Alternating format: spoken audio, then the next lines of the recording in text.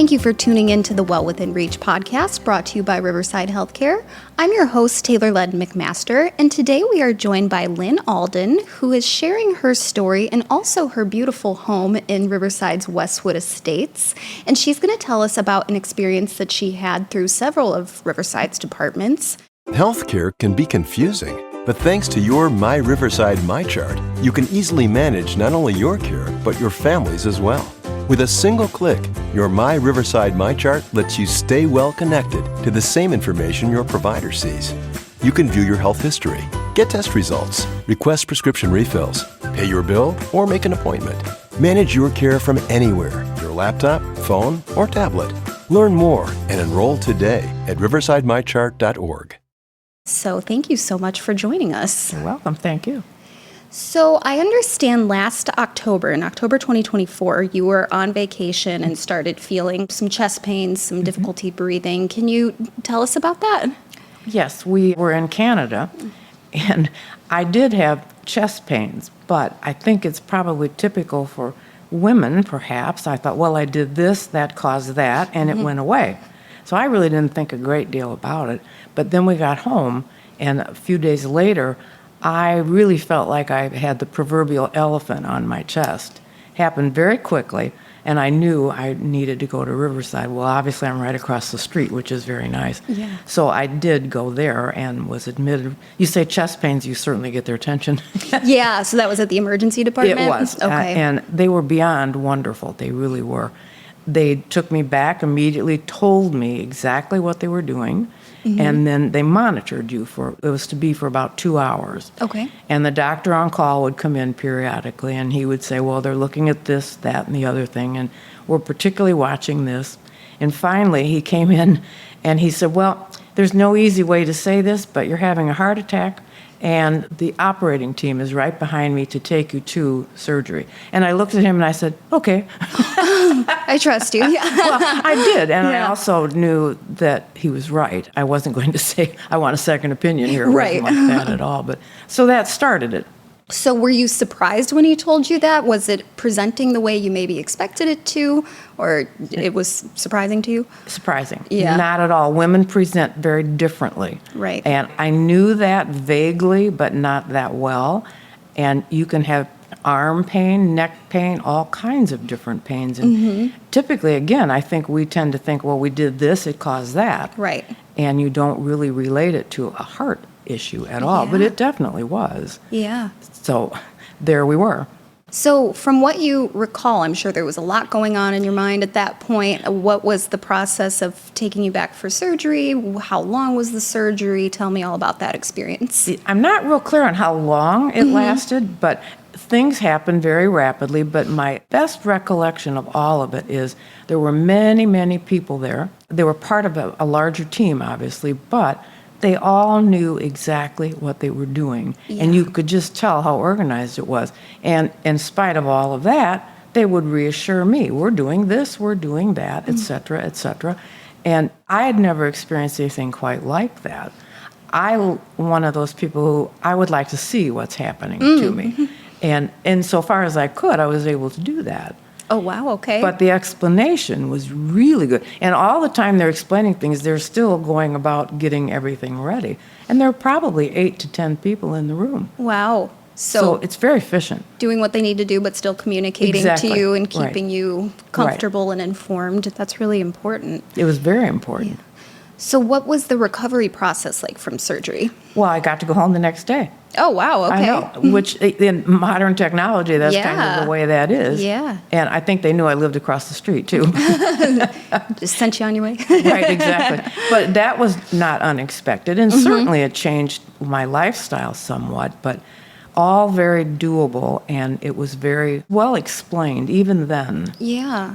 Yeah. So what was the follow-up from there? How often did you have to go back for checkups? What was the next step in terms of like a rehab or home health, anything like that? Well, home health didn't apply, but Okay. the rehab started about 3 weeks after all of that. And Okay. again, that's right across the street. Yeah. And the rehab was 3 times a week, and it was wonderful because you really are watched, you're monitored. You have all these little sticky tags all over you, but you're monitored. So a couple of months after that, in rehab, I did have an issue. Oh. And it's called an SVT. I can't remember what the initials stand for, but it's quite serious. Your heart is beating like very fast. Oh, okay. Like 200 beats a minute, Oh, wow. something like Yeah. that. So the nurse in charge of the rehab came over very calmly and said, Lynn, you need to quit exercising right now with me and come with me. And I thought, this can't be good. Yeah. But I did. And again, they were all very calm. So we're going down the hall to another room, and I see an EKG machine coming, and pretty soon my doctor, who's right across the hall, he appeared. And the next thing I know, we're doing all kinds of things, checking, and he had me try some things that might have slowed your heartbeat down. That didn't work. But again, he explained everything. Yeah. I knew what was happening. Yeah. And then we went around the corner, and there I was back in the ER. Oh, wow. But they got everything rather calmed down, and then I did have to have another procedure later. The procedures, there were 3 of them, and they were in October and January and February, Okay. spaced out, all somewhat different. 2 stents, and then the last one was what they call an ablation. Okay. Again, well explained. The ablation, I actually got to watch on TV. Wow. Did I understand it? No. But I got to see it. Wow. I didn't feel anything, but I could see what they were doing. And again, the team was the same way. Organized, and yet just kept right on going, and all along keeping me informed. So between those procedures, did you have to stop and restart rehab then from the beginning, or what did that look like? Not from the beginning, but there was a pause in Okay. it. And then I went back as soon as I had clearance to do that. And then I graduated. You graduate from rehab, which is really, you get a really nice T-shirt. Nice. But it's significant because you know you've achieved something. Yeah, it's a And then you milestone. can continue on your own. It's not insurance covered, but it's really inexpensive. And you can go either 2 times a week or 3 times a week. So I've done the 3 times a week since. Yeah. And I still am. But again, it's across the street. Yeah, so convenient. My doctor's office is right next door. Yeah. And again, you're monitored. That's pretty good. Yeah. Again, you feel really safe when you're in a situation like that. Good, yeah. And things have been okay since that February procedure? So far, Things so are good. Right. It seems that way. And so I'm a rule follower, and I'm trying to obey and do all of that. And it has not changed my lifestyle drastically overall. It did at first, but from taking no meds, I was all of a sudden taking 10. Oh, wow, yeah. So that required a chart, et cetera. Yeah, But it was all doable. And I knew I had the resources that a phone call or my chart, that's another nice Yeah. little tool. It really is. Yeah, tell me a little bit about how you use that. Well, what I really like about it is if you have a non-emergency type question, like, can I take this over-the-counter thing? You don't need to know that within an hour. You get an answer very quickly, really. Yeah. From the doctor. Yeah, you Well, just- how good is that? Send off a little message and And you're not taking up his time with other patient, and I'm not having to sit and wait on telephone either. yeah, that's fantastic. It's a good tool. It That's really is. cool that you're using it and I hope a getting lot of use out of people it. do. Yeah, I yeah. hope a lot of people use I use that. it as a patient, and it's very convenient. And all your results will be posted. Right. Yep. Yeah, so it's like a one-stop shop for Yeah, it is. I everything like about your health. it. And it is everything about your health. Yeah. So where would you say you are now in the recovery process? It's like there was light at the end of the tunnel. And I always knew that was possible. I always felt that it was possible. And some effort on my part, but with a real safety net beneath me. Yeah, so it's definitely a collaborative effort Yeah, of yeah, having yes. people to It care takes for a you. village. And yeah, absolutely. Speaking of learning a lot, you have a family history of heart disease, and you did some deep diving on that. Can you tell us about that? I'd love to tell you about Yeah. it. I was really curious and wanted to really put it to paper, so I researched 4 generations. That's as far back as I could really go and get good information. Yeah. And I knew it came from my mother's side of the family, so I Okay. started with my maternal grandfather, and it went through 4 generations.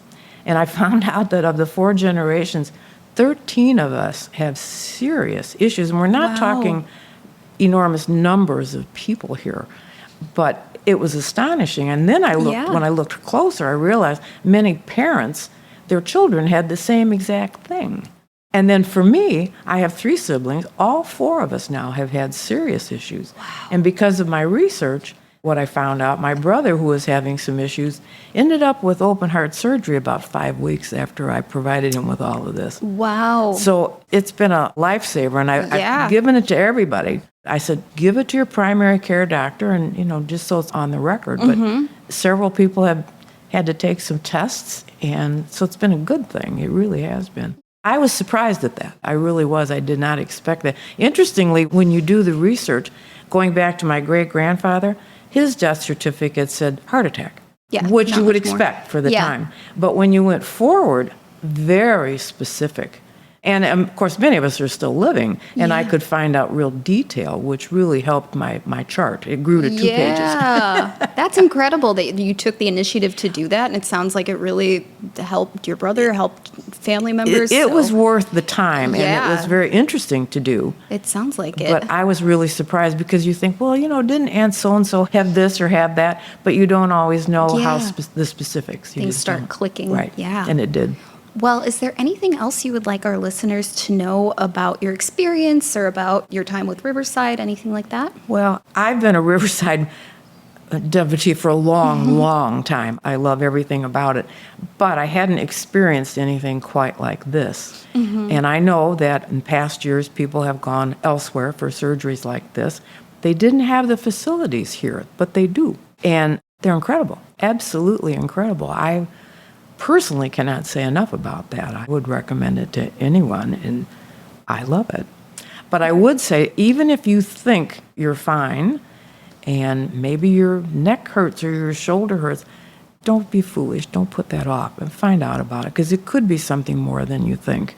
Yes, prevention is everything. So, yeah, thank you for that message. Well, hopefully that will help some people. It helped me, I think, in the end. So Yeah. Well, so glad to hear you're doing well. And Thank you. Thank you for your time and your story and letting us into your home. This is fantastic. And Well- thank you just for sharing your story. I appreciate the opportunity, Yeah. Taylor. Thank you so much.